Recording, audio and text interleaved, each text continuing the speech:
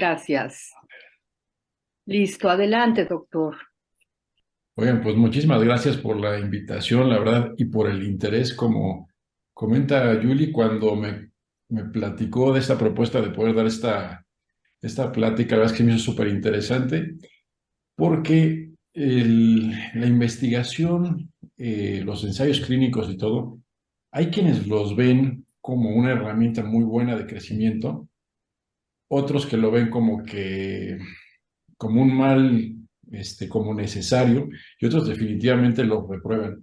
Entonces, en ese contexto estamos actualmente, no solo en oncología, sino que estamos en muchas enfermedades degenerativas, neurológicas, por ejemplo, y de muchas otras, donde en la actualidad, pues bueno, la investigación afortunadamente está dando muchos resultados, y bueno, es un tema obviamente complejo, pero sí me interesa obviamente primero dar un panorama de lo que pasa en cáncer y por qué la necesidad en cáncer, y luego ahondar un poco más en los temas este, éticos. Y bueno, si me pueden dar nada más la opción para poder compartir mi pantalla, para poderles iniciar con la presentación. Y obviamente lo más enriquecedor yo creo que va a ser al final cuando podamos obviamente discutir todos y entender como las diferentes perspectivas, ¿no? La verdad que eso creo que va a estar muy, muy padre. Ahora sí, Ya está, doctor. muchas gracias. Ahí nada, si me pueden confirmar que ven bien la pantalla. Sí, Muy ¿Sí? bien. Perfecto, muchas gracias. Pues bueno, voy a empezar primero con mis conflictos de interés, que este va a acabar siendo uno de las partes que voy a tocar más adelante, de los conflictos de interés en investigación, pero bueno, son los míos. Y cuando hablamos de una enfermedad, la que sea, la verdad es que todas para los pacientes son importantes y tiene que haber médicos y tiene que haber herramientas para poder dar el tratamiento que se busca, ¿no? Ahora, cuando hablamos de la parte epidemiológica, lo que nos interesa tiene que ver con las frecuencias en las que los médicos vamos a estar, pues nosotros identificando estos problemas de salud y particularmente los que generan más muertes. Entonces aquí en esta imagen lo que podemos ver es que, bueno, el infarto al corazón, el EBC, nos producen una mortalidad muy alta de 8.9 millones en el mundo, el infarto del corazón, 6.2 el EBC, y lo que se hizo fue sumar todos los cánceres y son prácticamente 10 millones. Entonces, pues bueno, cuando sumamos enfermedades cardiovasculares, pues vemos que nos da prácticamente 15 millones de muertes, pero y representaría en conjunto EBC e infarto, pues la causa número uno de muerte. Pero la número dos tiene que ver con el cáncer. Y pues bueno, cuando hacemos el top 10, que generalmente los top 10 nos gustan mucho para darnos una idea en la parte epidemiológica, en el mundo, yo me dedico, y algo que es importante comentarles, como decía Yuli, yo me dedico prácticamente nada más a tratar cáncer de pulmón y mesotelio.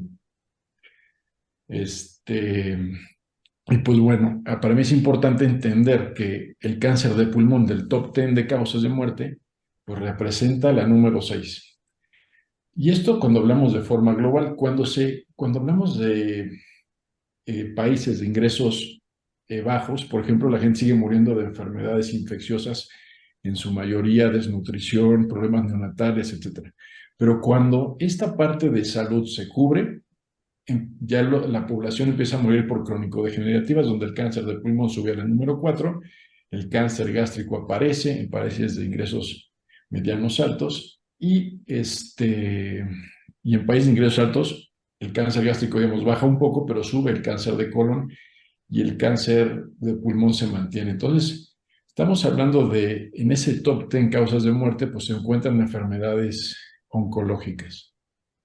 Ahora, en el universo de enfermedades oncológicas, lo que, lo que sabemos, y luego les voy a comentar un poco más acerca de los datos, ¿no? Estos datos que nos complican mucho en relación a lo que es y lo que realmente, lo que nos presentan y lo que realmente es.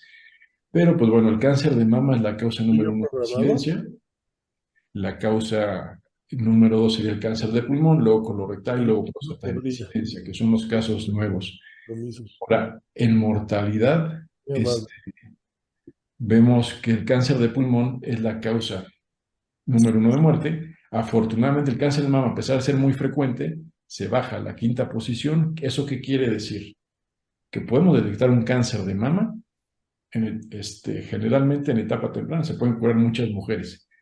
Pero el cáncer de pulmón, si se fijan, son 2.2 millones de pacientes que se diagnostican y mueren 1.8 millones. Entonces, casi la incidencia se equipara a la mortalidad. Y bueno, entonces, estos son los datos que se tienen en el mundo.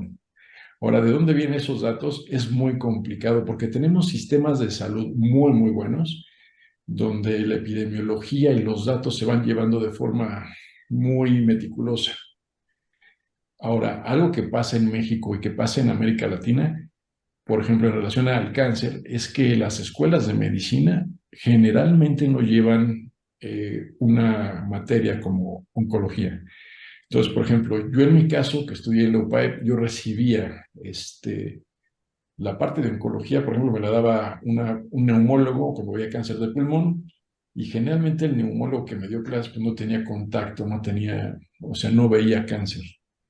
Y lo mismo con el gastro, que me enseñó cáncer gástrico y cáncer de colon, pero la cuestión es que él generalmente hacía el diagnóstico endoscópico y no veía todo el problema, no le daba ese seguimiento al paciente oncológico. Entonces, esa importancia en las escuelas de medicina es algo que se tiene que empujar. En algunas escuelas, lo que tengo entendido es que más o menos el 30% son los que tienen esa cátedra como tal ya montada, pero no pertenece, digamos, a todas las universidades. Y ese es uno de los problemas, porque no podemos ver como médicos las patologías que no nos enseñaron o que no sabemos.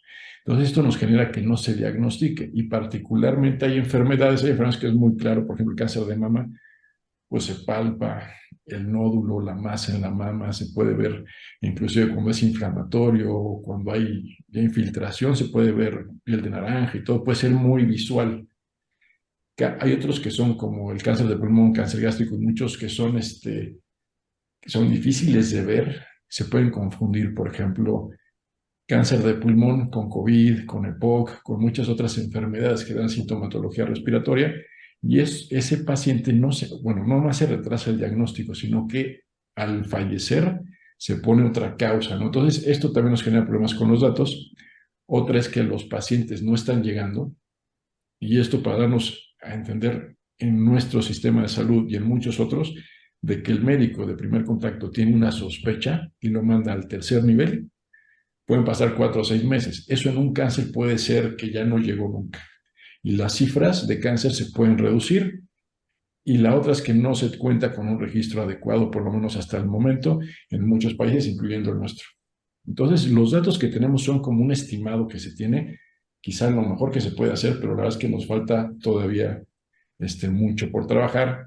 Y por eso no les presento tanto los datos de México, porque ahí está muy subestimado, se está trabajando para poder generar un registro histológico de neoplasias.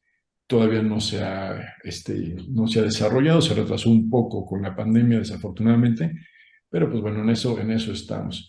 Y para que me entiendan un poquito esto de los números, y los números son importantes y por eso lo recalco, porque de aquí tiene que ver mucho lo que tiene que ver con recursos que se asignan en salud, con estrategias que se hacen en salud. Entonces, los números son importantes. Y lo que nos decían, por ejemplo, en la pandemia es que había en 2020 1.8 millones de muertos por COVID, que es prácticamente la misma cifra de muertos que se tenía por cáncer de pulmón, pero sabemos que el número estaba obviamente subestimado porque en muchos lugares no se contaba con las pruebas, algunas personas mueren de COVID en sus casas, etcétera, etcétera. Entonces el número realmente de muertes fue mucho menor al real, ¿no? Y eso creo que todos lo sabemos por el momento tan complejo que vivimos. Entonces, con esta parte inicial de la plática, lo que quiero nada más hacer ver es que es un problema de salud global y que no está resuelto. Entonces, eso quizás es lo más importante. Ahora, en relación al tratamiento, la verdad es que el cáncer aquí les pongo el ejemplo antes del cáncer de pulmón, pero así son todos los cánceres, dependes mucho de la etapa en que lo encuentres. La parte pronóstica, generalmente mientras lo detectes en una etapa más temprana, la persona tiene muchas más posibilidades de curarse que cuando lo detectas en una etapa avanzada. Pero aún detectando a un paciente en una etapa muy temprana, algunos pacientes pueden recurrir y morir de esa enfermedad los próximos 5 años. Entonces, aunque vemos que la etapa temprana puede ser potencialmente curable, perdemos muchas vidas también en ese entender. Entonces, ha habido muchos avances en etapas avanzadas y ha habido muchos avances actuales en etapas tempranas, y todo esto, pues bueno, se tiene que ir desarrollando porque sigue siendo, a pesar de las diferencias en pronóstico y todo, sigue siendo un problema que nos está cobrando muchas vidas. Ahora, el avance, quizá lo que yo me dedico más es a participar en ensayos clínicos, obviamente de mi área, de oncología médica con tratamientos y todo, quimioterapia y medicina dirigida, pero realmente el conjunto de lo que pasa en cáncer ha sido impresionante los avances. Y esto lo podemos comparar, si quieren, un poquito antes del 2000, pero ahorita podemos hacer, no nada más en cáncer de pulmón, sino en muchos tumores, biopsias guiadas con aguja, guiadas por tomografía o por ultrasonido, hacer técnicas de biopsias con broncoscopía muy sofisticadas. La parte de patología, por ejemplo, sea de poder, para nosotros el patólogo es nuestro auditor, o nuestro notario más bien, que es el que nos, de la biopsia, nos dice exactamente qué tumor es. Y la cuestión es que el patólogo ya no se quedó con la patología nada más de lo que ve en el microscopio, sino que actualmente tiene que hacer unas tinciones para ser mucho más preciso, que es algo que llamamos inmunohistoquímica. Y en muchos tumores, en la actualidad, tienen que ponerle un apellido molecular. Entonces, por ejemplo, a mí de nada me sirve saber solamente que el paciente tiene un cáncer de pulmón, de tipo de células no pequeñas, sino que ya necesito que me diga que es un adenocarcinoma y si tiene alguna, y que me asegure que es de pulmón, y ver si tiene una mutación en algún receptor como el factor de crecimiento epidérmico.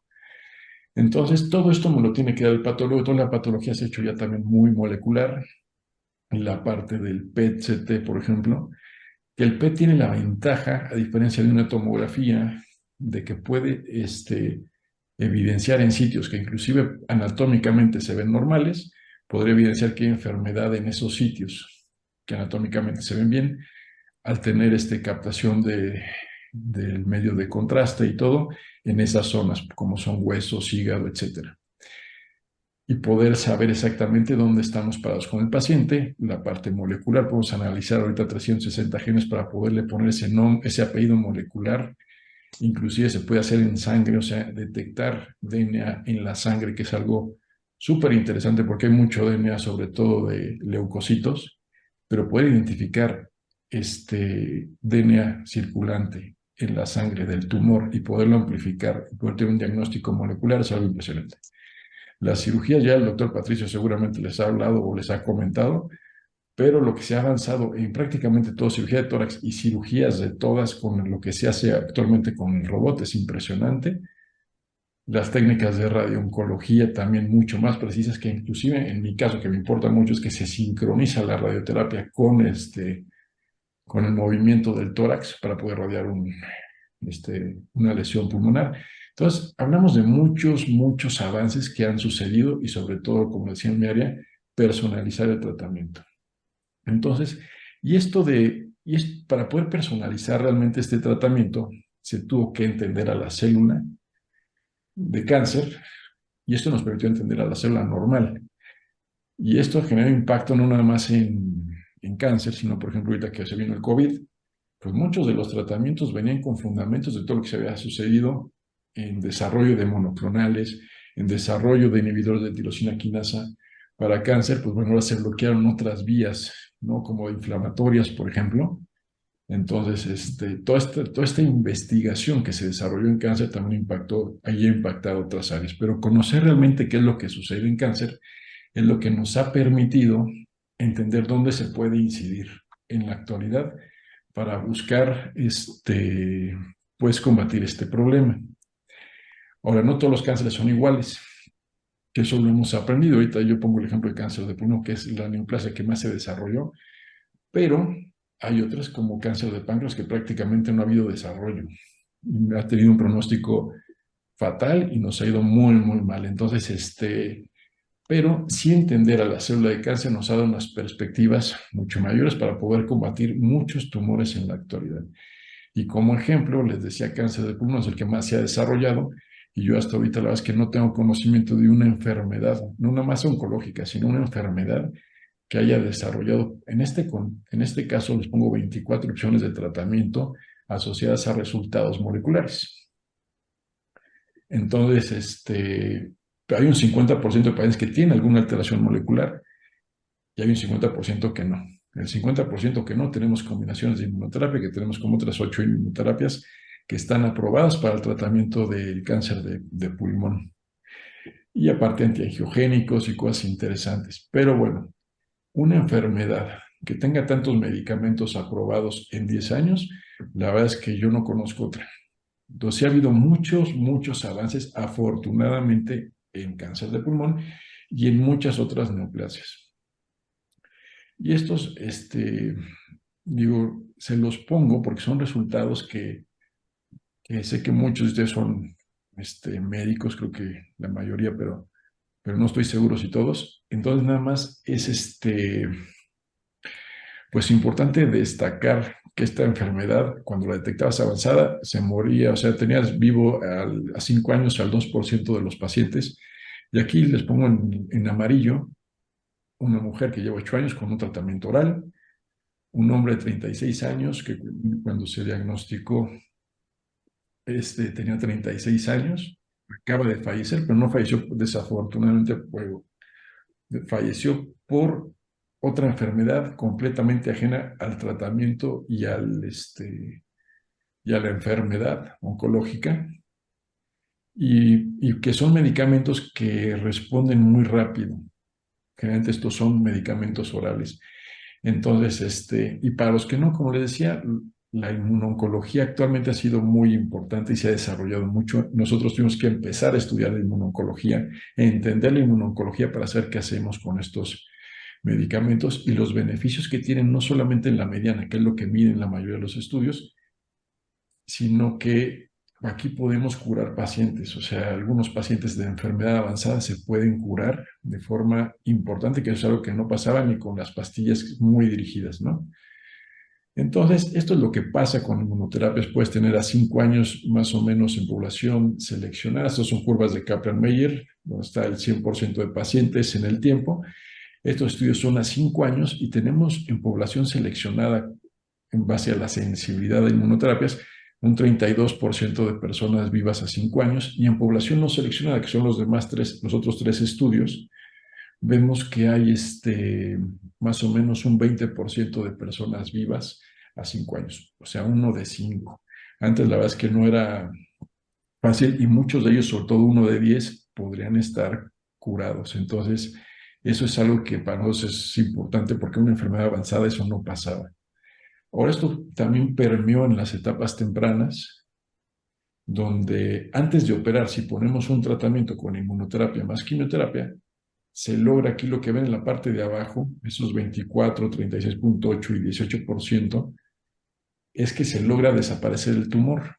Y cuando el cirujano opera, ya no se encuentra nada en patología, no se ven células del cáncer, que eso es algo, desaparecer un tumor antes de que se opere, nos da resultados como ahora ven en la parte de arriba, donde el control de la enfermedad ya es mucho mayor si se logra eso que llamamos respuesta completa patológica. Así se desaparece completo el tumor antes de operarse. Ya en la cirugía no se detecta nada, entonces, pues bueno, es algo importante que está pasando y se puede favorecer la cura de más pacientes. Entonces, pues bueno, la investigación en cáncer ha sido fundamental hasta el momento. Pero la cuestión es que ahorita les digo, todos los que vivieron, por ejemplo, ese 30% de población seleccionada que les decía, pues sí hay unos vivos, pero nos ganó en el 70%. Pues todo depende de cómo lo veamos. En algunos nunca funcionó la inmunoterapia o solamente duró poco la terapia dirigida. Entonces tenemos que incrementar esa respuesta, buscar cómo lograr mejores resultados en esos pacientes. Ya lo que nos pasa, que ven en su lado derecho, es que algunos se pudieron controlar muy bien del cáncer, muy, muy bien. Se hizo chiquito el tumor, mejoraron mucho, pero después, así que algo pasa parecido como con los antibióticos, de que el tumor genera cierta resistencia y empieza a crecer. Y entonces combatir esas resistencias se puede hacer desde el momento inicial hasta después a la progresión, pero la cuestión es que poder entender eso y poder generar los tratamientos que nos permitan ese control ha sido, o sea, es complicado.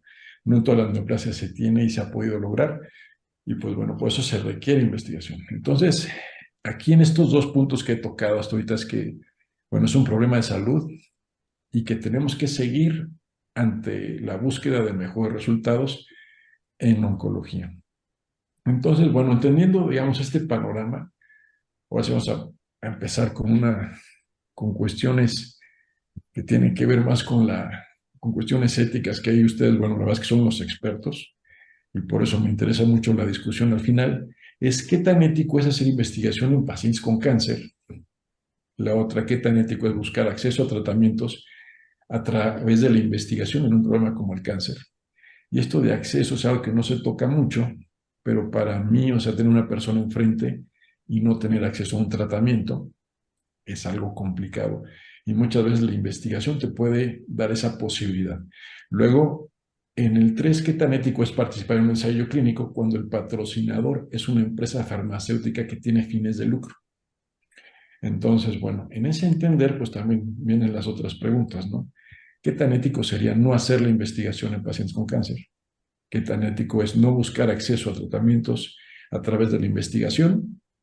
¿Y qué tan ético es no participar en un ensayo clínico cuando el patrocinador, entendiendo que el patrocinador es una empresa con fines de lucro, pero entonces, qué tan ético sería no hacerlo, ¿no? Sobre todo cuando vemos que puede haber un potencial beneficio. Entonces, esta parte de la plática, les digo, ya ustedes son los expertos y nada, voy a hacer yo como algunas reflexiones en relación a los límites éticos que tiene la ciencia. En ciencia hemos aprendido, desafortunadamente, con todas las tragedias que han pasado y abusos que se desarrollaron particularmente en la Segunda Guerra, pues bueno, tenemos que buscar que el experimento, que esto es algo que me gusta mucho de esta parte del código, que el experimento debe ser útil para el bien de la sociedad y debe ser reemplazable por otros medios de estudio y de la naturaleza que excluya al azar.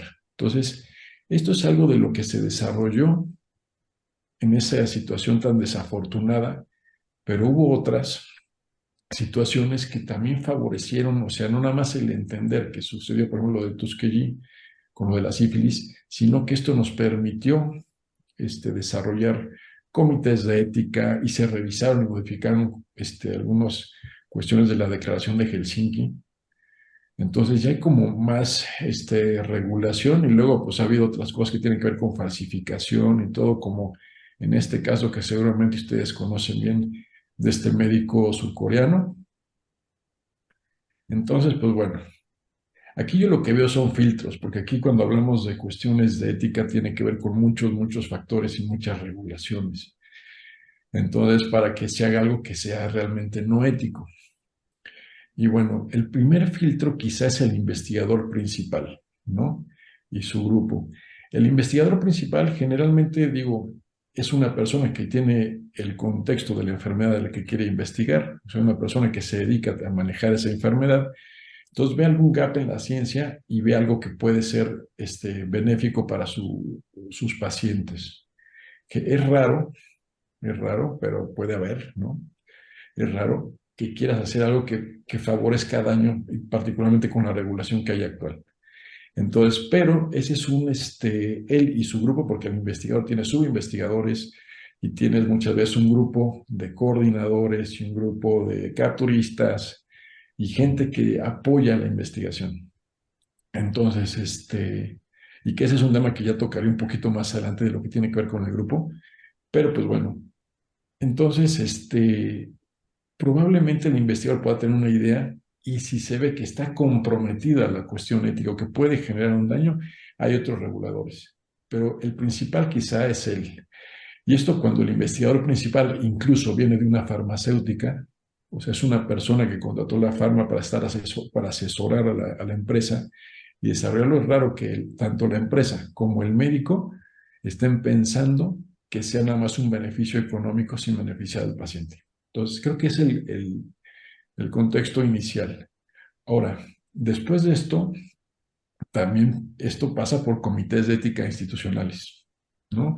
Si es investigación que es originada, ya sea por el investigador, que generalmente es complicado generar investigación uno solo porque no tiene los recursos para desarrollarla, sino que muchas veces es investigación que tiene que ir a lo mejor, o sea, puede ser desarrollada la investigación, pero patrocinada por alguien, por una empresa farmacéutica, o bien es de la misma empresa farmacéutica que busca al investigador para desarrollar que es lo más frecuente, para desarrollar una investigación ya establecida de algún medicamento o algo. Entonces, todo esto pasa hacia un comité de ética que nos permite, pues, poder hacer una evaluación general del proyecto y verla por diferentes ángulos. Entonces, esto ustedes lo conocen muy bien, pero esto también nos cuida. Y la otra son las entidades sanitarias, que también uno tiene que tener esas aprobaciones para poder desarrollar en su país ese tipo de investigación. Entonces, tenemos varios filtros antes de desarrollar una investigación, sea patrocinada o no por la industria. Pero aquí viene el tema que es como que el más ríspido, que tiene que ver con lo que son los conflictos de interés. Entonces, aquí lo que queremos saber realmente es cuál es el móvil real del investigador. Y eso la verdad es que es muy complicado poderlo determinar, porque puede haber o sea, muchos investigadores, estoy seguro, lo que buscan es poder ayudar a las personas. Creo que ese es un objetivo que hay en común. Y no nada más me refiero a México, me refiero a todo el mundo. Y, y esto también inclusive podría incluir, porque de lo que conozco de empresas farmacéuticas, o sea, sí sé que hay un interés de tener ganancias y todo, pero, o sea, tampoco he escuchado, ni he visto, ni sé, por lo menos en la actualidad, de que haya farmacéuticas que busquen generar dinero a través de hacer algún daño, ¿no? Entonces, pero bueno, el móvil real del investigador es complicado. Si es por alguna cuestión de interés, de algún tipo de interés, algún beneficio, o si es realmente algo con el objetivo realmente nada más de empujar y ayudar, empujar la ciencia y ayudar a las personas que padecen de esta enfermedad. Entonces, pues bueno, aquí la cuestión es que el avance de la ciencia, la verdad es que ha dependido de muchos factores durante mucho tiempo. Por ejemplo, la iglesia fue un factor, el Estado, y tenemos el ejemplo de Cuba y cómo influye, y algunos otros países, cómo influye el Estado en todo esto. Y algo que es importante también en la actualidad, pues el mercado. Entonces, el investigador de alguna forma tiene que compaginar a veces todos este tipo de objetivos que se tienen por los diferentes jugadores, porque hacer una investigación en cáncer en la actualidad, y creo que siempre ha sido, o sea, es costoso para las entidades académicas este, puras, por ejemplo, donde siempre pueden venir apoyadas a veces por grants, particularmente en otros países, pero realmente se hace complicado. Entonces, siempre tiene que haber como buscar empatar algunas cosas que tienen que ver con estos tres factores y el investigador tiene que ver que compagine.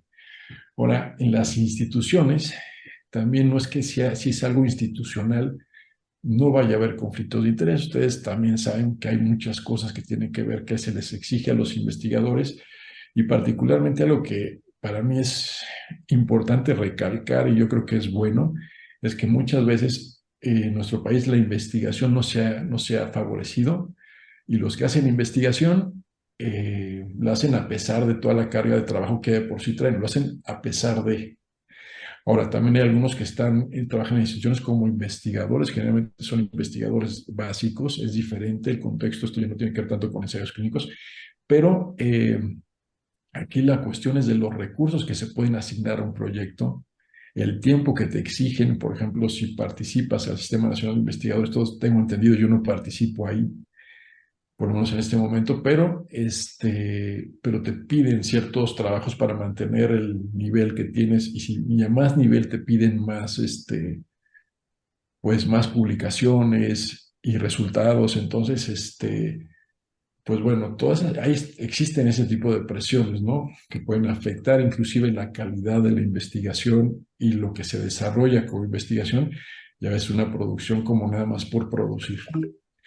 Entonces, y bueno, ahora en relación al que es el investigador principal o al grupo de investigación en la sociedad que vivimos, pues si se puede realmente eliminar el conflicto de interés y si se debe, o sea, si entonces, aquí la cuestión, y esto que se los quiero comentar porque a veces muchas de estos ensayos clínicos que son patrocinados por la industria generan una remuneración. Entonces, aquí el problema es cómo vemos esa remuneración, porque cuando se le dedica un tiempo a una investigación y se dedica a todo esto, pues bueno, si en la sociedad, digo, todos buscamos de alguna forma tener cierto bienestar, tener alimentos, vivienda, acceso a la salud, transporte, podernos comunicar, si tienen hijos, poder darles la educación que se requiere y tener un plan para retiro. O sea, son como que las cosas que yo veo como básicas, a lo mejor hay otras, pero es como lo mínimo indispensable que una persona requiere para poder vivir, ¿no? Entonces, si una persona se dedicara únicamente a la investigación y hubiera cero conflicto de interés, tendríamos que buscar la forma de que esto se mantenga, ¿no? Entonces, lo podría hacer, y esto lo podría hacer complicado porque siempre se va a generar un conflicto de interés una persona que puramente se dedique a hacer ensayos clínicos. Por eso, pues bueno, es complicado. Ahora, si haces como la mayoría hacemos, que trabaja uno en una institución o que trabaja en el medio privado y adicionalmente se hace investigación, pues bueno, uno busca tener todo esto como compaginado, ¿no? Con diferentes estrategias y todo. Pero entonces aquí lo que tiene que ver es por qué haces investigación y les digo, eso es a veces muy, muy complicado poderlo, o sea, es algo tan personal que es muy complicado de discernir. En las instituciones también, por ejemplo, pues todos conocemos las mejores universidades del mundo, los mejores hospitales del mundo. Muchas veces estos hospitales realmente sí, yo he tenido la fortuna de conocer varios médicos de Latinoamérica, de Europa, de Estados Unidos, de Canadá, y puedo discutir con ellos. Entonces, ¿qué es lo que hace un mejor hospital? El mejor hospital. Entonces, aquí en México, por ejemplo, tenemos excelentes hospitales. Pero la cuestión es, ¿qué es lo que lo hace? Muchas veces lo que yo he entendido, por lo menos en este camino, es que muchos de los hospitales, si te quieres ir al mejor hospital del mundo, en teoría, por ejemplo, el MD Anderson oncológico, este, pues ahí la ventaja que te ofrecen sobre lo que se hace en México muchas veces es participar en ensayos clínicos. A sus pacientes los meten en ensayos clínicos. Entonces, eso te genera como ese prestigio y cosas que están ahí alrededor, ¿no? La verdad es que las discusiones yo no las veo muy diferentes entre Estados Unidos, Europa, Latinoamérica, Asia. Las discusiones, cuando es gente muy especializada en el tumor, no veo mucha diferencia como para decir que hay una diferencia brutal en el médico. Puede que sí, ¿no? Pero pues, por lo menos yo no la percibo así. Afortunadamente veo muchos sitios que son muy buenos, incluyendo Latinoamérica, México. Entonces, pero esas diferencias no las veo. Entonces, ¿qué los califica muchas veces? Es la posibilidad de acceder a algo en un problema de salud, que a lo mejor es así de complejo como estamos hablando del cáncer, y que permite explorar nuevas alternativas que pueden ser potencialmente mejores, particularmente con lo que les comenté que se está descubriendo de las células y que ha sido realmente muy exitoso.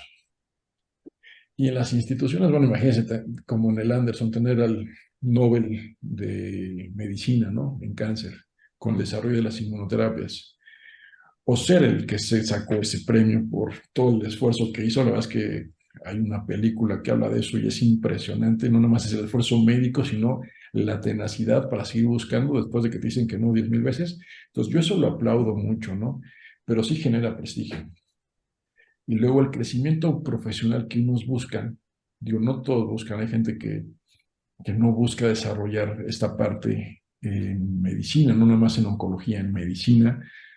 Entonces, pero pues bueno, el crecimiento profesional también te lo genera esa experiencia, el enfrentarte a buscar resolver esos problemas, publicar y entender un poco más qué es lo que está pasando y cómo funcionan esos tratamientos en las personas, pues bueno, y el reconocimiento de otras personas. Entonces, estos incentivos a las instituciones y a los científicos también es complicado de poderlos medir, y poder ver si realmente hay una situación de interés, ¿no? Y cómo está la pureza. Entonces, las intenciones, como les digo, son personales. Yo la verdad es que conozco, afortunadamente, muchos médicos que, digo, ahorita vimos cómo fue y les pongo el ejemplo de la pandemia porque quizás es lo más tangible para todos, pero como muchos héroes que se lanzaron a ayudar. Y he visto en cáncer muchas personas que también se lanzan a desarrollar este tipo de cosas, estrategias y todo. Y yo la verdad es que no lo veo para nada mal. O sea, yo lo que veo, a diferencia de los que solo buscan que sea, solo piensan en ellos, lo que veo es que si tú de alguna forma adquieres todo ese prestigio, reconocimiento, porque hiciste algo bien, no está mal. Ahora, la intención de hacer las cosas de ese tipo para obtener a fuerzas ese premio, la verdad es que, pues bueno, a lo mejor es algo que yo no estoy de acuerdo, no dudo que se haga, pero creo que la intención es no buscar o sea, es en lo que tú buscas, ¿no? Si realmente buscas ayudar y luego se te retribuye de otras formas, pues qué padre. Ya sea, no nada más en la parte, ¿cómo se llama? De prestigio, ¿no? Puede ser, como les digo, a veces esa retribución económica, y aquí me tengo que detener nada más un poquito porque cuando se genera un pago a la investigación, quiero comentarles que normalmente, bueno, la mayoría de lugares no apoyan, o sea, no tienes un grupo de investigación. Entonces, si tú quieres hacer un grupo de investigación, tienes que contratar gente.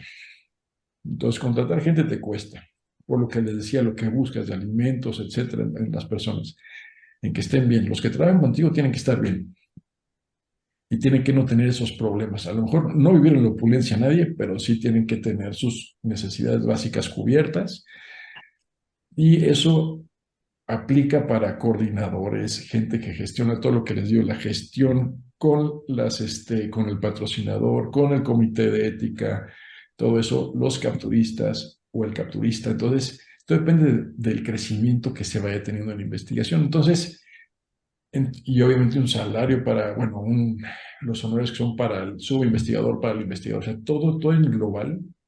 O sea, no es fácil de hacer, la verdad.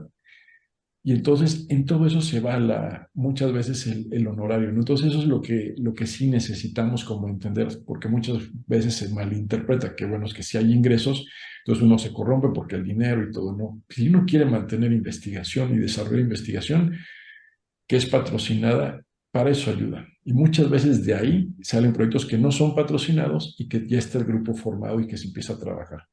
Entonces, pero bueno, como le digo, las intenciones son personales, hay que entenderlo así.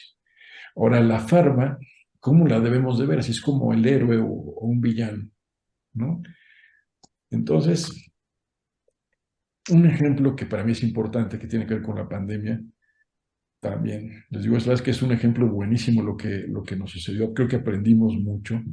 Es que durante la pandemia, pues sí, que hacían hospitales y universidades y todo, pero realmente donde nos enfocamos mucho es en pedir y solicitar a los que eran capaces de responder realmente fuertemente, también combinados con universidades e instituciones, pero a los que les pedimos que desarrollaran fármacos, a los que pedimos y buscamos y volteamos a ver todos, a ver si habían desarrollado la vacuna, realmente eran las farmas, porque tenían el recurso y tenían el poder adquisitivo para contratar expertos y para desarrollar cosas. Entonces, creo que no lo vimos mal. O sea, creo que sabíamos que de ahí se iba a generar un ingreso. O sea, si algo funcionaba o les funcionaba, sabíamos que les iba a generar un ingreso. Pero eso cuando vemos el COVID lo vemos bien, y cuando vemos a veces otras enfermedades lo vemos como que no está tan bien. Entonces, nada más como para entender un poquito eso. Y las sinergias que se hacen entre gobierno e iniciativa privada funcionan muy bien. Lo que pasó en la Ciudad de México fue impresionante. Yo trabajo en el Instituto Nacional de Enfermedades Respiratorias y vi en un hospital de tercer nivel que se dedica a este problema y todo, cómo se hicieron las cosas de forma, digo, con todos los retos y todo que enfrentaba la pandemia, pero impecable casi. O sea, tuvimos la mortalidad que se tenía en los mejores centros del mundo. Entonces, pero salió este Citibanamex, donde se convirtió un sitio que no era hospital en un hospital, y donde a través del gobierno y la iniciativa privada dieron resultados igualitos a los de mi hospital. Contrataciones de gente experta, etcétera. Entonces, esa sinergia de gobierno, iniciativa privada, no la veo para nada mal. Y esto lo pongo como un ejemplo de lo que se puede lograr también cuando se hacen investigaciones en hospitales públicos y todo, ¿no? O sea, la verdad es que esa sinergia no debemos de, pues esto que se aprendió, creo que debe ser como ejemplo. Y pues bueno, algo importante es que las farmacéuticas generan riqueza mejorando la salud. Y esto ahorita les voy a decir por qué lo pongo, pero estas empresas para poder existir tienen que invertir un dineral, como ven son billones, en investigación y desarrollo, porque si no se mueren. Una empresa que no genera investigación y desarrollo se muere. Entonces tienen que invertir mucho en eso. Ahora, las ganancias son buenas, o sea, les va muy bien si hacen las cosas bien, como por ejemplo Pfizer con todo esto de COVID y todo, si hacen las cosas bien, pues la ganancia es buena, pero hay que entender también lo que les decía de la ganancia. O sea, porque a veces pensamos que atrás de una industria están nada más los inversionistas, ¿no? Y esos son los únicos que ganan y todo. Y no hay que entender que la farma tiene un número de empleados muy, muy grande. Cada empleado, digo, esto hay que verlo de esa forma, o así yo lo veo, tiene un trabajo seguro, tiene, ¿cómo se llama? Un trabajo no honesto, tiene un trabajo que a veces les dan coche, que a veces les dan prestaciones para poder tener su casa, etcétera, y que esa persona se debe a lo mejor a una familia, que tiene cierto bienestar y acceso a cosas. Entonces, eso también es importante como entenderlo cuando analizamos todo eso, el ingreso de la farma, ¿no? A dónde se está destinado. Si hay ingreso para los que también le metieron dinero a que esto pudiera crecer, a que se puedan hacer estas inversiones, todos, si los accionistas deben de ganar, pero gana la sociedad muchas veces. Entonces, en ese contexto. Y esto lo toco porque también hay muchas empresas que generan riqueza dañando particularmente lo que tiene que ver con el tabaco, que es algo que yo no entiendo que esté en todo el mundo permitido y que tenga que ver con todas las causas de muerte que les dije al principio: cáncer de pulmón, EBC, infarto, EPOC. O sea, vamos, son las primeras 4 causas de muerte y está muy asociado al tabaco con ellas. Entonces, hay legales y hay ilegales, como lo que hemos visto con grupos delictivos, etcétera, lo que tiene que ver con narcotráfico y todo, que generan riqueza haciendo daño. Eso es muy diferente, ¿no? Y ya lo que tiene que ver con la propiedad intelectual, obviamente, para que ellos puedan funcionar, necesitan tener ese medicamento con ellos un tiempo para poder recuperar, tener ese retorno de inversión que es importante. Pero en ese inter, ahorita los medicamentos oncológicos se han hecho muy, muy costosos. Se consideran medicamentos de alto costo, muy, muy caros. Las inmunoterapias, todos los que son anticuerpos monoclonales, están arriba de los 100,000 pesos cada 3 semanas. Y los medicamentos orales también puede costar lo mismo, más de 100,000 pesos cada mes. Entonces son medicamentos que se consideran de alto costo. Muchas veces para las instituciones de salud es muy complicado poderlos tener. Entonces, esta propiedad intelectual, que es importante para que siga todo funcionando y siga generando desarrollo en lo que salen los medicamentos genéricos, en lo que se permite que ellos salgan y todo, pues son de 10 a 15 años que tenemos que estar respetando esa patente. Y a veces la investigación te permite resolver ese problema. ¿Por qué? Porque sabes que a un paciente le das el estándar de tratamiento, sea cual sea, cueste lo que cueste, y se lo puedes garantizar. Entonces, pues bueno, la verdad es que hay mínimos éticos que deben de regular la relación entre el científico y la práctica, que ustedes ya los conocen, pero todo esto se hace muy complicado por lo que les decía, es algo que generalmente es muy personal. Y pues bueno, esto de acceso que les comentaba, el acceso no nada más tiene que ver, o sea, las cuentas son caras en general, los tratamientos, pero también la parte diagnóstica. Entonces eso nos complica muchas cosas. Entonces ahorita de lo que quería hablar un poco, no tiene que ver con esa parte ética, pero sí nace remarcar que es un problema de salud, que los avances siguen siendo necesarios en este problema y pues bueno, el tema ético y de acceso. Entonces, a modo de conclusión, porque creo que viene lo más interesante que es la plática con ustedes, pues es eso, ¿no? Importante que el financiamiento no debe influenciar los objetivos de la investigación, pero que se debe, yo considero en lo personal que se debe fortalecer la participación en nuestro país en este tipo de ensayos. Y no solamente me refiero a cáncer, me refiero a crónico-degenerativas varias y a muchas cosas como participamos en COVID, que ahí tuve una experiencia de participar en investigación en COVID, que fue muy buena. Entonces, creo que podemos hacer las cosas muy bien aquí en el país y creo que esto debe fortalecer y fortalecernos mucho en muchos aspectos como sociedad. Entonces, pues bueno, esto es de Manuel, una frase de Manuel Kant, pero obviamente les agradezco mucho a todos su atención y obviamente estoy aquí para poder platicar con ustedes. Pues muchas gracias. Creo que sí se abren muchos temas planteados para que podamos discutir. Entonces, eh, pues se abre la discusión. Alguien, no sé si alguien quiera, Luis. Buenos días, doctora Latorre, mucho gusto. Soy Luis Muñoz, patólogo. Eh, unos pequeños comentarios. Primero, fíjese que no sé si usted sepa, pero existió un registro histopatológico de neoplasias malignas en México promovido por la Dirección de Epidemiología de la Secretaría de Salud y por el propio Instituto Nacional de Cancerología en la década de los 90. Y fue un esfuerzo interesante porque incluso la Secretaría de Salud enviaba personal a todos los estados de la República a recopilar los datos provenientes de los informes de patología de todos los hospitales públicos y privados del país, o de un número considerable, ¿no? Un esfuerzo realmente interesante que se basaba o giraba en torno al informe de patología, al reporte de patología, como pues una estrategia para tener pues una aproximación diagnóstica relativamente confiable, ¿no? Y eso que yo soy patólogo y digo relativamente confiable porque los patólogos también nos equivocamos, pero en general pues fue un esfuerzo bueno que yo de pronto dejé de ver, ya no existió, se extinguió. Había un informe anual sobre los resultados estadísticos, los diferentes tipos de tumores malignos, etcétera, que se nos hacía llegar. Y lamentablemente, como tantas otras cosas, pues parece ser que se extinguió. Y eso que usted dice de que hay que contar con él me parece, pues sí, muy relevante.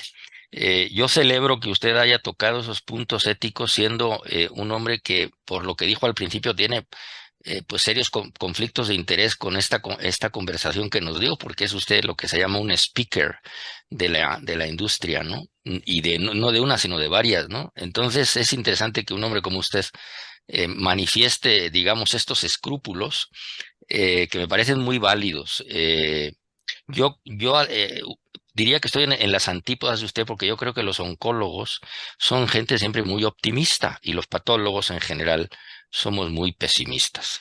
Y lo digo por lo siguiente. Por ejemplo, cuando usted dice algunos responden, uno se pregunta cuántos y de qué manera y cuánto les dura la respuesta, ¿no? Desde luego, como parte de este tipo de enfoques, yo participo en la parte diagnóstica, la parte molecular también, por supuesto, pero sí creo que es muy válido lo que usted hizo de exponer las dudas, ¿no? Y mostrarnos que hay, en efecto, conflictos de interés importantes y que mucho del impulso a la investigación, pues persigue un fin, por lo menos inicialmente económico. Desde luego que no solo es el fin económico, desde luego que hay beneficios. Las respuestas que uno observa en muchos casos son espectaculares, ¿no? Pero sí creo que hay pues una suerte vamos a decir, publicidad que crea ciertas expectativas a lo mejor un poco o excesivamente optimistas, ¿no? Como usted lo ha señalado muy bien, incluso al final el cáncer sigue siendo una fuente de sufrimiento y muerte importantísimas en todo el género humano. De modo que esa actitud crítica que usted manifestó pues me parece fundamental.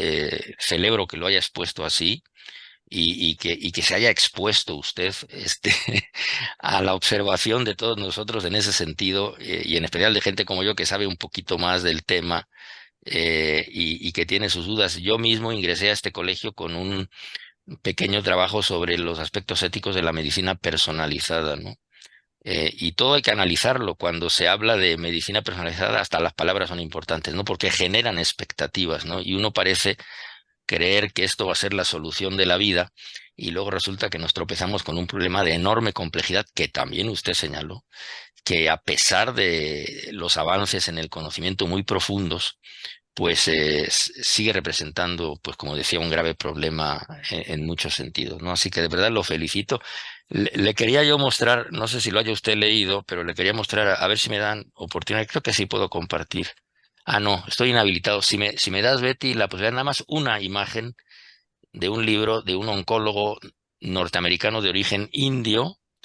Déjeme ver si puedo. Ah, no, no puedo. Pero bueno, es un libro que se llama Malignant, de un hemato-oncólogo de origen indio que trabaja en los Estados Unidos, donde hace una crítica importante. Es un libro de hace, no me acuerdo, 3 o 4 años sobre esto. Bueno, hay mucha información sobre esto, ¿no? Pero de verdad para mí ha sido una estupenda presentación la suya, y lo felicito por la honestidad con la que ha mostrado los entresijos y problemas que conlleva todo esto, ¿no? Muchísimas gracias, doctor Latorre. No, gracias a ti, Luis, muy amable. Pues sí, Patricia. Jorge, hola, eh, Mi mucho querido gusto. Pat, Yo soy testigo del progreso que ha tenido el doctor Alatorre en la oncología y en la oncología torácica específicamente. En el INER no había un servicio, había gente que practicaba la oncología médica en pacientes con cáncer de tórax. Y gracias a Jorge, el INER cuenta ahora con un servicio de oncología torácica bien integrado y, y que ha llevado al instituto y a nuestro país a estar representado en la producción de conocimiento a nivel internacional, en el desarrollo de estas nuevas moléculas que sin duda han cambiado el panorama yo diría que en los últimos 5 años, con respecto de los 5 años previos y con respecto de los 5 años previos, o sea, es impresionante la modificación que se ha hecho en las expectativas del cáncer de pulmón en la actualidad. Pacientes que eran inoperables se vuelven totalmente operables. Y si bien la tasa de curación es baja, la tasa de sobrevivencia con calidad de vida adecuada es impresionantemente mejor. Y entonces creo que eso se debe a la producción de conocimiento que gira alrededor del tratamiento de esto. Yo siempre digo que en medicina nuestra principal herramienta es el conocimiento biomédico que tenemos para aplicarlo en distintas cuestiones para lograr los objetivos de la medicina. Y ese conocimiento tiene metodologías muy precisas que le dan un valor mayor o menor. Y el ensayo clínico controlado es el paradigma del experimento a nivel clínico de manera más precisa que se conoce. Y es lo que uno busca realizar porque es lo que mejor evidencia lo que está pasando en relación a nuevos tratamientos. Y eso es lo que se ha hecho incluso en el COVID con las vacunas. Se ha establecido, y a lo mejor Samuel quiere platicarnos del ensayo clínico controlado que se llevó con con una vacuna aquí en México que él dirigió. Y esa producción de conocimiento se tiene que seguir dando, porque el conocimiento se vuelve obsoleto o encontramos mejores vías de hacer algo. Producimos conocimiento nuevo y revisamos el que ya tenemos, tratando de mejorarlo, incluyendo situaciones como abaratar los costos de los medicamentos. Sin duda, toda esta producción de conocimiento que empieza desde la molécula a modelos celulares, modelos tisulares, modelos experimentales en animales no humanos, modelos experimentales en animales humanos, que todos son muy importantes porque producen la evidencia que sustenta lo que se está haciendo. Y termino nomás diciendo que desafortunadamente existen muchos ámbitos que hablan de una medicina alternativa y que yo sostengo que ni es medicina y mucho menos una alternativa a la medicina. Y podemos discutir profundamente y desafortunadamente en oncología se da muchísimo de esto, porque desafortunadamente en oncología todavía no está escrita toda la historia. Se ha avanzado mucho, pero la gente se sigue muriendo de cáncer. Eso habla de que tenemos que seguir trabajando, produciendo conocimiento, pero recurrir a alternativas inexistentes, absurdas y que no tienen ninguna evidencia de que funcionen, como sucedió incluso durante la pandemia, desafortunadamente, que incluso en nuestra ciudad y en sistemas socializados se dio una cajita feliz que no servía absolutamente para nada. Es penoso que no se sigan parámetros adecuados para la producción y valoración del conocimiento. Muchas gracias, Jorge, te felicito. Muchas gracias, Patricio. Pedro, ¿tú querías decir Sí. algo? Adelante. Gracias, me pareció muy buena la presentación y me gustaría hacer una reflexión en el tema del acceso al tratamiento. Efectivamente, uno de los mecanismos tradicionales para que las personas puedan acceder a este tipo de medicamentos novedosos y tan caros es el participar en los ensayos clínicos. Creo que también ya llegó un momento en que en México se discutan dos temas de particular relevancia. El necesario ejercicio por parte del Estado de las facultades que le otorga el artículo 28 constitucional en competencia económica. Creo que el Estado ya es el momento que tendría que empezar a regular el tema del precio de los medicamentos, porque el precio de los medicamentos es uno de los mecanismos por antonomasia que pueden establecer barreras insuperables para el acceso a tratamiento. No pretendo que se desconozca el derecho de las farmacéuticas a percibir beneficios. Tampoco pretendo que se desconozca el derecho de las personas médicas o personal de la salud que trabaja en todos estos procesos. Inclusive yo creo que también el Estado tendría que meterse a regular los beneficios que tienen todas las personas que participan en ese tipo de investigaciones desde el ángulo de la competencia económica. Es una reflexión abierta, es algo que está en la Constitución, que se puede hacer y creo que cada vez es más necesario el abrir la discusión. El segundo tema, que tiene íntima vinculación con creo que también tenemos que empezar a discutir el tema de las licencias obligatorias. ¿Cuándo el Estado puede restringir el derecho de los laboratorios a usufructuar libremente sus patentes y puede empezar a regular bajo ciertas condiciones el otorgamiento de licencias obligatorias? Básicamente creo que son dos temas que habría que tomar muy en cuenta. Es cuanto de mi parte. No sé si quiera comentar algo, doctor. Claro, pues bueno, mira, en relación a lo que comentaba, bueno, primero Patricio también, y que les decía yo en relación a las intenciones, ¿no? Ahorita que metí lo de mis conflictos de interés que decía Luis, de todo esto, la verdad es que yo no sé si peco a veces de inocente o qué, pero me invitaron a dar pláticas por primera vez a través de la industria como speaker, yo no sabía que me tenían que pagar. O sea, es como ese tipo de cosas, ¿no?, que tiene la industria.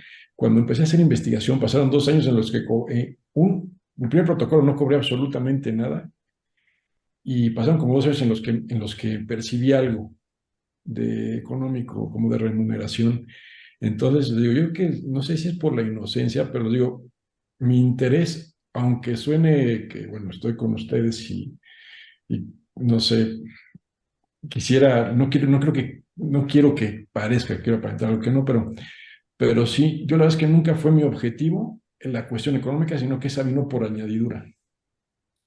Entonces, tal vez fue inocencia mía de cuando iba empezando, lo que ustedes quieran, pero la verdad es que es algo como interesante. Por eso les digo, por qué hacer investigación a alguien es muy variable entre persona y persona.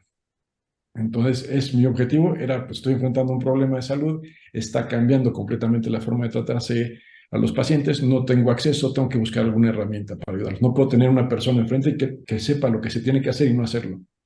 Entonces, es interesante.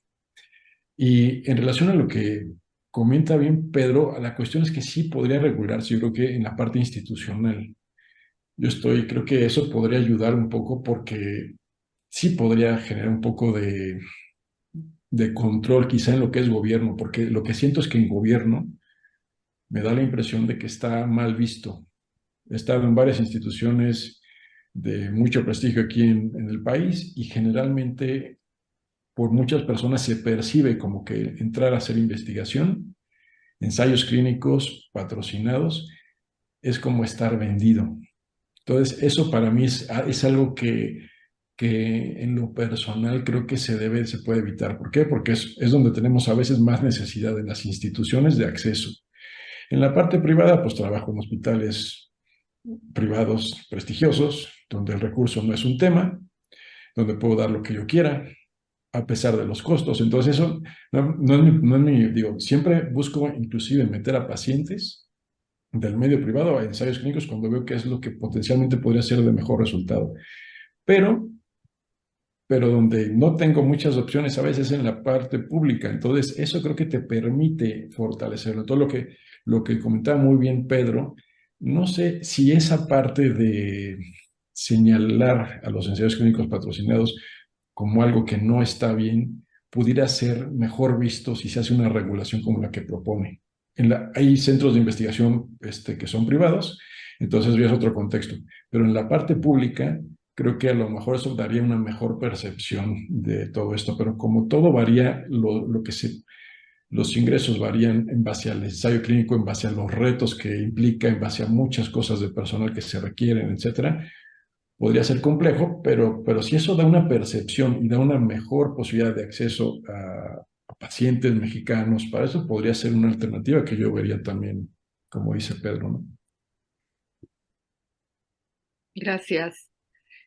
Patricio, no sé si tú quieres añadir algo.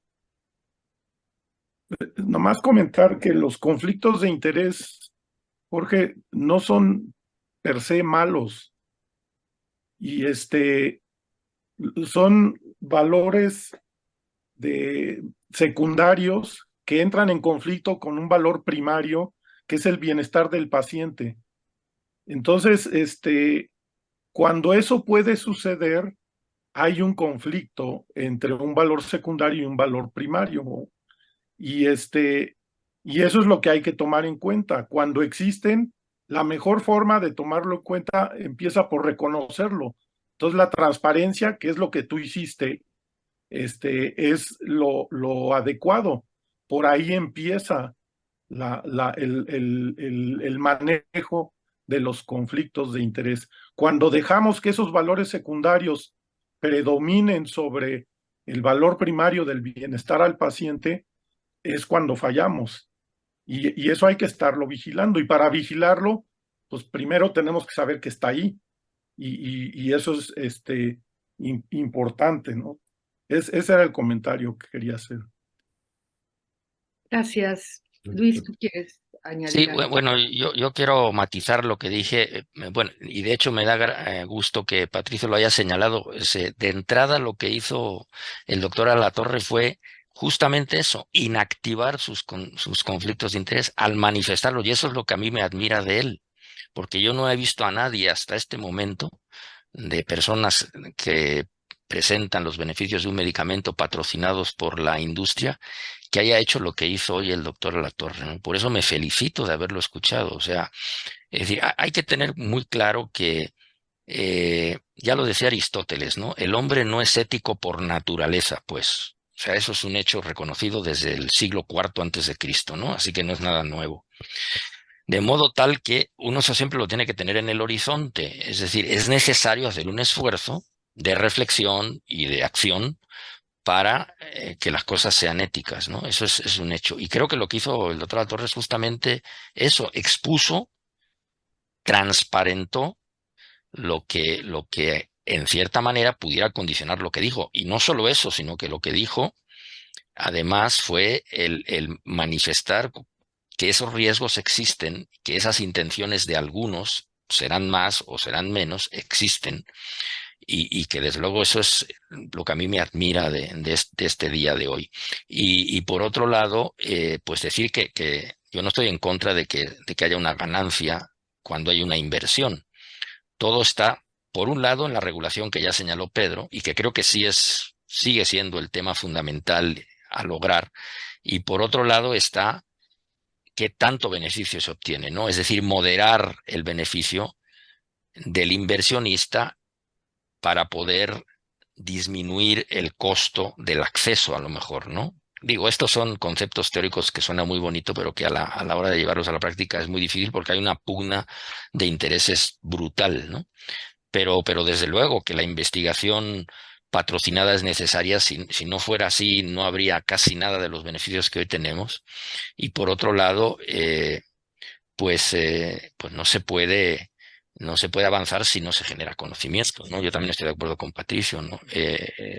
La famosa medicina alternativa, yo todavía guardo todavía un rinconcito de dudas si alguna de esas cosas a lo mejor funciona, pero en general, pues son una farsa, ¿no? Y vemos muchos ejemplos de personas que no llegan a los tratamientos ortodoxos, por imperfectos que sean, porque pierden su tiempo haciéndole caso a lo que dijo el vecino, la tía, el compadre o el cuñado, ¿no? Así que estoy totalmente admirado, y de nuevo felicito al doctor Jorge Alatorre por lo que nos expuso hoy. Ah, sí, me decía, déjeme nada más mostrarle rápido. Uy, ya lo quité. No, ya no se va a poder. Bueno, luego, ahí lo puse en el chat, Libro. pueden ver la portada del libro al que me refería. Digo, es una de tantas fuentes que puede uno consultar para esto, ¿no? Pero ahí Muchas la tienes, gracias. ¿no? A ver, espérame, déjame un segundo, denme un segundo y la Esa vuelvo a... captura de pantalla, ¿no? Sí, la tengo como captura, pero déjame ponerla en un PowerPoint y así Ahí está. creo que la puedo compartir. ¿La ven? Sí. Ah, bueno, pues ahí está, ¿no? Entonces, el autor exige mayor rigor en el diseño metodológico, que no se generen expectativas excesivas cuando no es así, ¿no? Es un poco el sentido de este libro, ¿no? La mala evidencia, pues, o sea, el usar la evidencia científica para engrandecer algo que a lo mejor no es realmente tan positivo, sino decir las cosas como son, ¿no? Un poquito esa es la idea. Bueno, pues nada más. Gracias, Luis. A ustedes. Samuel. Sí, muchas gracias. Bueno, yo creo que sí, todos tenemos claro que la industria farmacéutica multinacional ha sido el motor del desarrollo de la terapéutica en medicina desde hace por lo menos poco más de 100 años. Sin embargo, regularla de alguna manera siento que es una ilusión. Creo que la única manera de entrar realmente a un proceso de regulación entre Estado e industria tendría que considerar el propio Estado en hacer una inversión en la industria, en convertirse en socios de la industria para poder tener una interacción con los accionistas, porque cuando alguien dice que en una sociedad como la que vivimos, que el ingreso o la ganancia tendría que ser mesurada, bueno, pues una mesa de accionistas considera que la ganancia justa es la máxima ganancia que se puede obtener. No hay de otro. Considerar que esto puede ser de otra manera es completamente ingenuo. Y en ese tema creo que es el punto más importante no es el punto más importante, pero creo que es fundamental señalar, ya lo mencionaron varios de ustedes, el acceso a estos tratamientos. Porque sí podemos tener un ensayo clínico muy bien diseñado, con buenos resultados, pero esto cambia, decía Patricio que cambiaba el panorama, cambia el panorama en ese pequeño grupo de pacientes, no cambia el panorama en el problema global del país que nos demostraste con las cifras brutales que tenemos, y en donde también vemos un poco lo que queremos ver. Vigilamos lo que conocemos y lo que no queremos conocer no lo vigilamos. Estoy hablando de eventos adversos como causa de muerte en el país, resultantes del tratamiento médico. Pero creo que por buena que sea la investigación, por honesto que sea el investigador, el tema no se resuelve ahí. El tema es la falta de acceso a los tratamientos, que son extraordinariamente costosos y que evidentemente son inaccesibles, no solo para una sociedad como la mexicana, sino los mismos Estados Unidos están en crisis en relación a esto. Entonces, por ejemplo, el acceso, y es un poco la actitud que toma el gobierno, el acceso para estos medicamentos se lo limita porque comprar un tratamiento, 10 esquemas o 10 tratamientos para 10 pacientes con cáncer de pulmón, pues afecta el presupuesto para acceder a la vacunación quizás de 1 millón de pacientes. Entonces, evidentemente la solución no es recortar, sino ampliar los presupuestos, pero tendríamos que ser realistas en relación a esto. Y yo creo que una línea de investigación tendría que ser cómo optimizar estos tratamientos para que pudieran utilizarse de una manera económicamente más accesible. Esto lo hacen algunos investigadores en nuestro país. Guillermo Ruiz Argüelles, por ejemplo, lo hace en Puebla, con tratamientos que trata de optimizar en una perspectiva de decir, bueno, esto es demasiado caro, con David Gómez Almaguer en Monterrey, les voy a dar estas opciones de tratamiento, que es otra alternativa, pero tampoco resuelve el problema.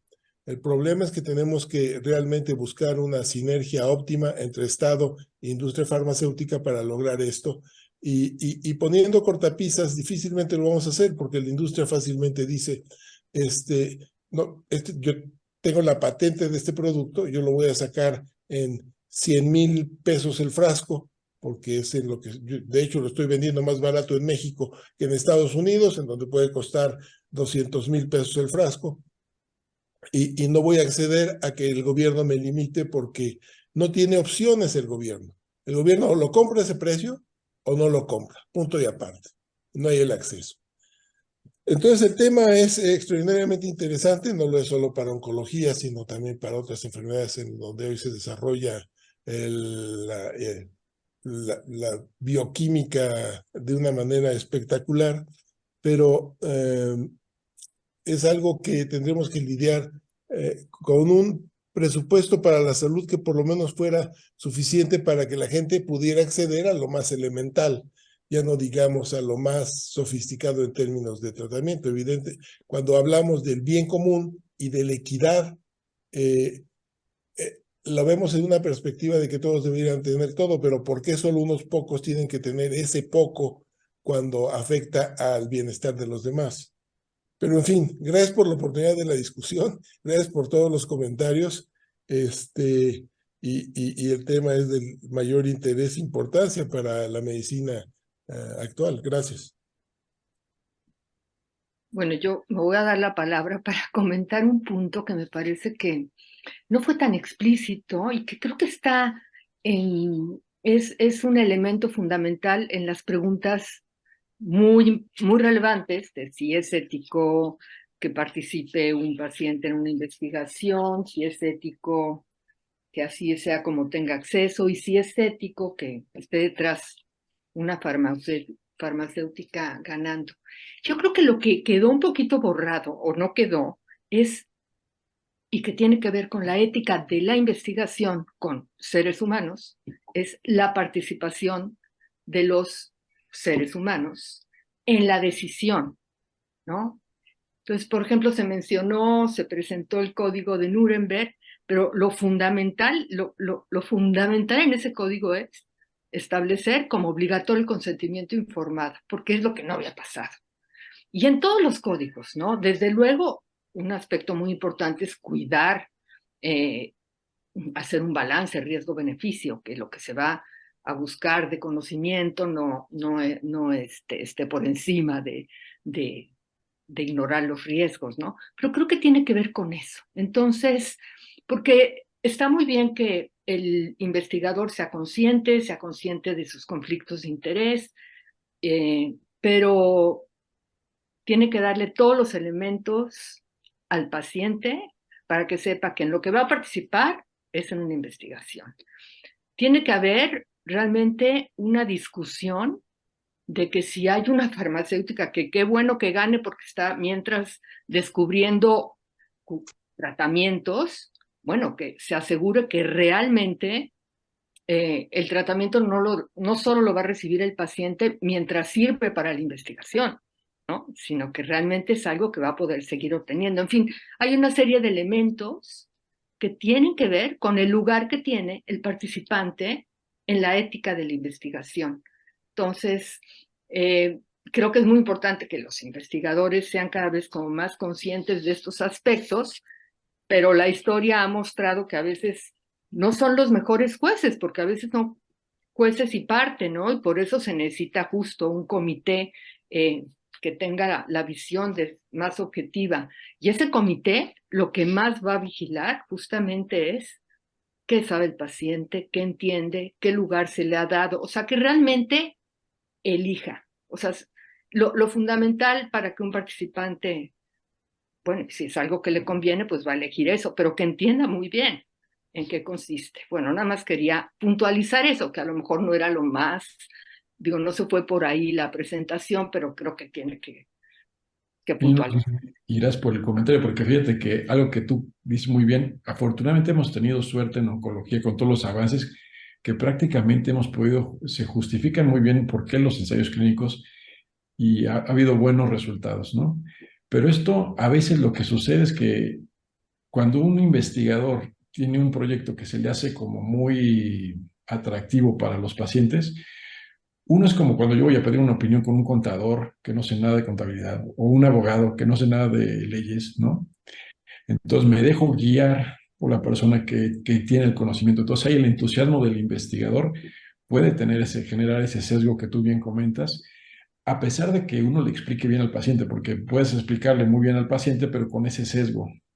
Entonces, de ahí depende por eso mucho los filtros que ya comentaste muy bien en relación a todo esto, porque sí hay un entusiasmo atrás de la investigación, o sea, y quitando conflictos de interés, es el puro entusiasmo de que viste resultados en fase 1, fase 2 que son muy atractivos, que posiblemente en fase 3 no se ven, pero los primeros resultados fueron tan atractivos que se hace el fase 3 multinacional.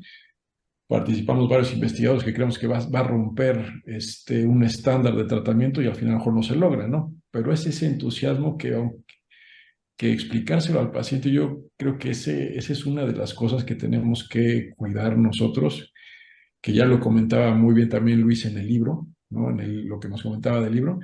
Y entonces, pero pues bueno, ese consentimiento informado, aunque se explique bien, aunque se les ponga a leer todo eso, puede llevar un poquito el sesgo del investigador, que por eso requiere reguladores adicionales.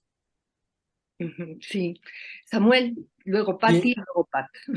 Sí, bueno, el tema que tocaste es extraordinariamente importante porque es también un callejón sin salida, lo podemos ver con optimismo, pero en realidad cuando alguien hace un protocolo de investigación con una multinacional, uno le entregan un documento de 40 páginas, 50 páginas en inglés que se tiene que traducir, a veces lo pueden traducir ellos, tiene que pasar por una evaluación,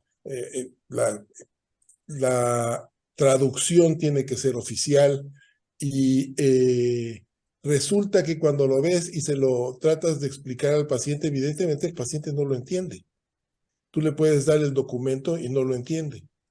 Y se lo puedes tratar de explicar y no lo entiende. Y le puedes decir, es que necesito una versión, por exagerar, en náhuatl de 2 páginas para mis pacientes.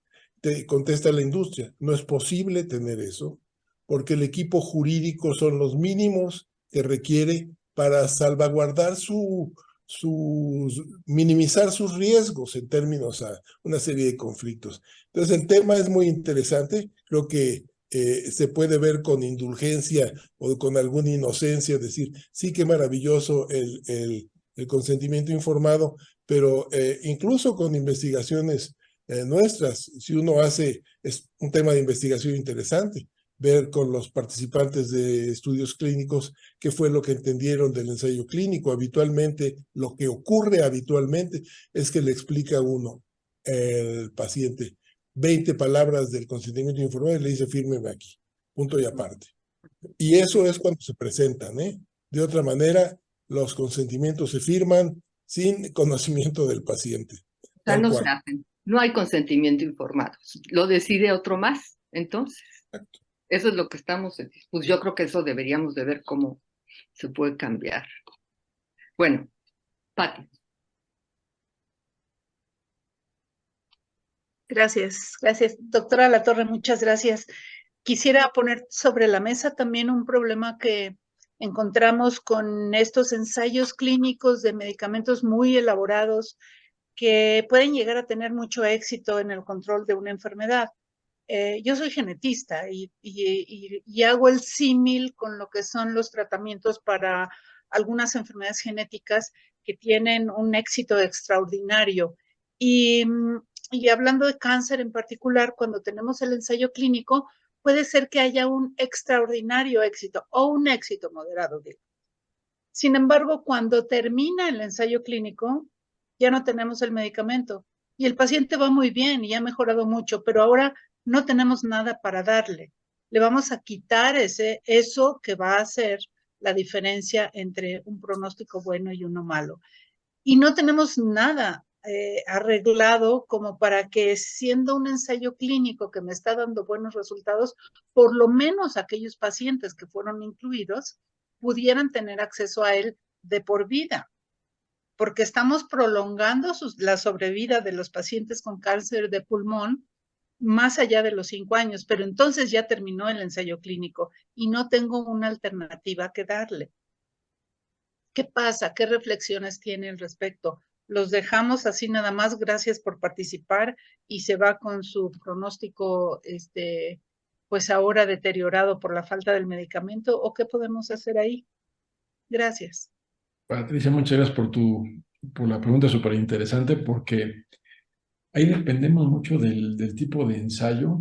En cáncer generalmente digo hasta recientemente, pero dábamos el tratamiento hasta progresión. Entonces digamos que tengo pacientes que cuando, por ejemplo, ahorita que tocaba el tema de inmunoterapias y sobre todo los costos relacionados a las inmunoterapias, en el momento cuando se desarrollan los ensayos, esos se continúa por el beneficio que se ve. O sea, son pacientes que lo van a recibir de por vida hasta que el tumor progrese o hasta que haya una toxicidad limitante. Entonces, y que tenga uno que descontinuar el tratamiento. Entonces, hay de ese tipo de ensayos clínicos. Hay otros donde ya de forma, digo, por ejemplo, yo que enfrento cáncer de pulmón, que es una enfermedad mortal, la mayoría los detectas en etapas avanzadas. Entonces, los ensayos actualmente, en una primera opción de tratamiento, generalmente cuando son de inmunoterapias, los llevas a 2 años ya de forma estándar en el mundo. Entonces, ¿qué pasa después de 2 años? Después de 2 años tú vas haciendo el seguimiento que puede ser telefónico con el paciente, los vas viendo cómo va todo. Bueno, telefónico cuando salen del protocolo para ver cosas de los segundos tratamientos, todo, pero cuando salen del protocolo lo sigues evaluando, evaluando, evaluando. Si el paciente progresa, tienes que ver algunas cuestiones que ahí es muy variable la parte de acceso, porque a lo mejor les funcionó un tratamiento, como bien comentas, vamos a regresar al tema de las inmunoterapias, y el tratamiento inicial duraba solamente 2 años y resulta que al 4.º año progresa la persona y hay que buscar una alternativa nueva y sabes que la inmunoterapia le funcionó. En ese contexto, a veces dependes de cuestiones del sistema de salud, si tiene IMSS, ISSSTE, INSABI, si hay algún otro protocolo de investigación, si el paciente es privado. Entonces, porque ya eso sale de ese tiempo de inicio de tratamiento, pero nunca se deja solo, o sea, siempre buscas cómo acomodar obviamente al paciente que le estás dando seguimiento, pero sí sale esa parte del protocolo dependiendo del diseño. Digo, hay diseños que pueden ser como ese, que das solamente hasta 2 años, y hay otros, particularmente en segundas líneas de tratamiento, que se dan siempre hasta progresión.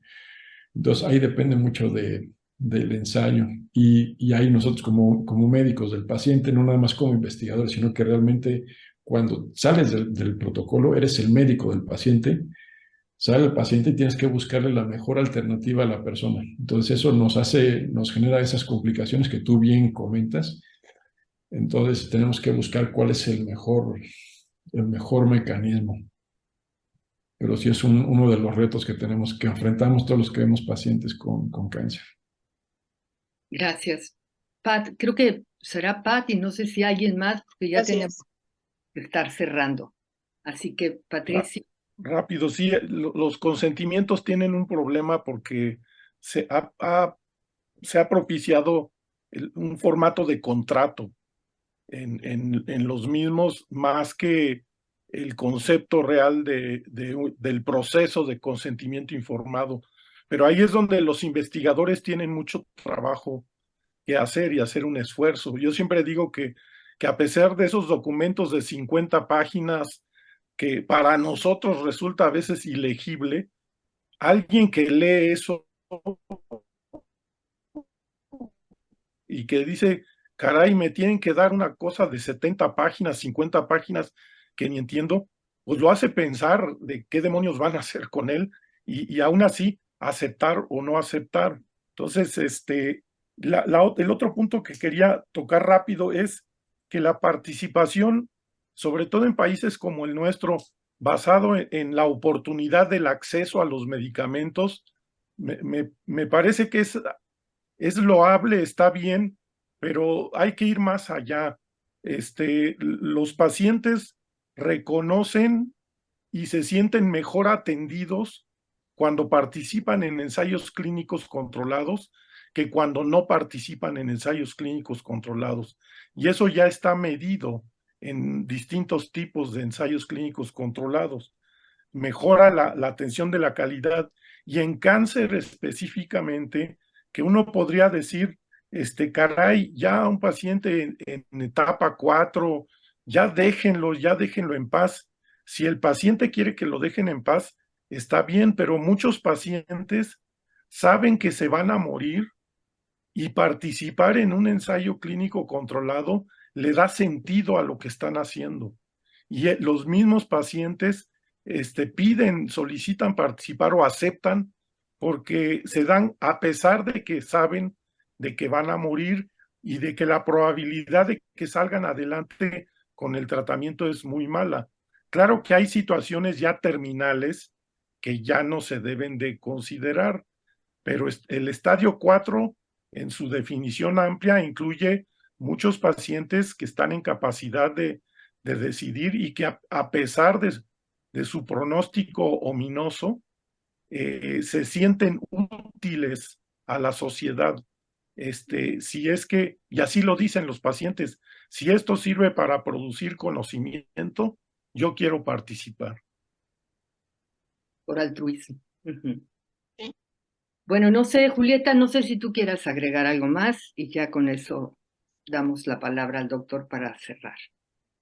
Pues creo que fue una sesión muy rica. Yo creo que es una sesión que abarca muchos puntos, pero creo que era el objetivo, ¿no? Y cumplió el objetivo, dar como un panorama de lo que es, y yo creo que tenerlo de primera palabra de alguien que lo hace, pero pues la verdad, un poco desde que conocí a Jorge, pues eso, ¿no? O sea, no solamente se dedicaba a los ensayos, sino lo veía en la parte del INEF, en la parte también de la academia, y bueno, también aquí un poco, que es un proyecto que tiene también más adelante, es acortar que lleguen estos pacientes, ¿no? Con cáncer de pulmón, pero tenemos un sistema muy fragmentado, entonces abarcar las distintas instituciones. Entonces, pues ya lo vieron, es una persona igual con una mente muy activa que le gusta también trabajar con un equipo multidisciplinario.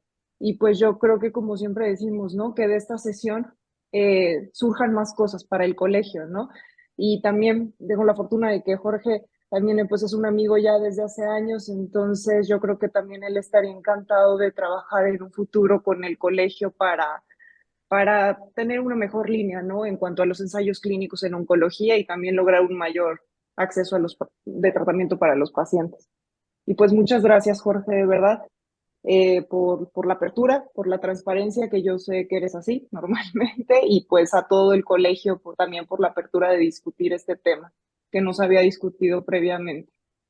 Gracias, Julieta. Pues Jorge, no sé si hay algo para cerrar, y porque sí, insisto, estamos muy agradecidos. Sí fue importante abrir este tema a la discusión.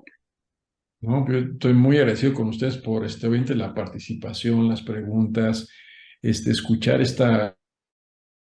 como ven, tiene sus retos, pero sí es importante, creo que tocarlos y tocarlos cada vez más, porque creo que nos sensibiliza a todos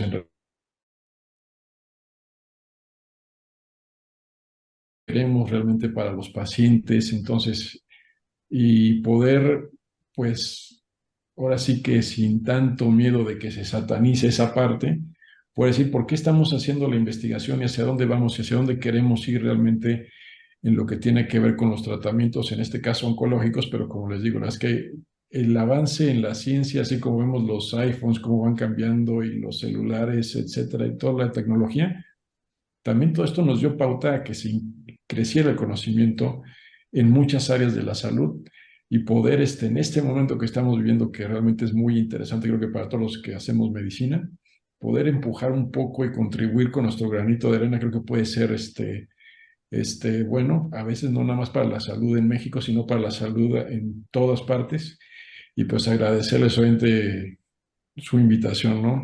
Muchas gracias a todos. Bueno, pues muchas Gracias. gracias Muchas gracias. nuevamente. Y gracias a todos. Y bueno, pues estamos en contacto, y que estén muy bien. Hasta pronto. Gracias. Gracias. Gracias. Gracias Hasta a luego. Gracias a todos. Bye.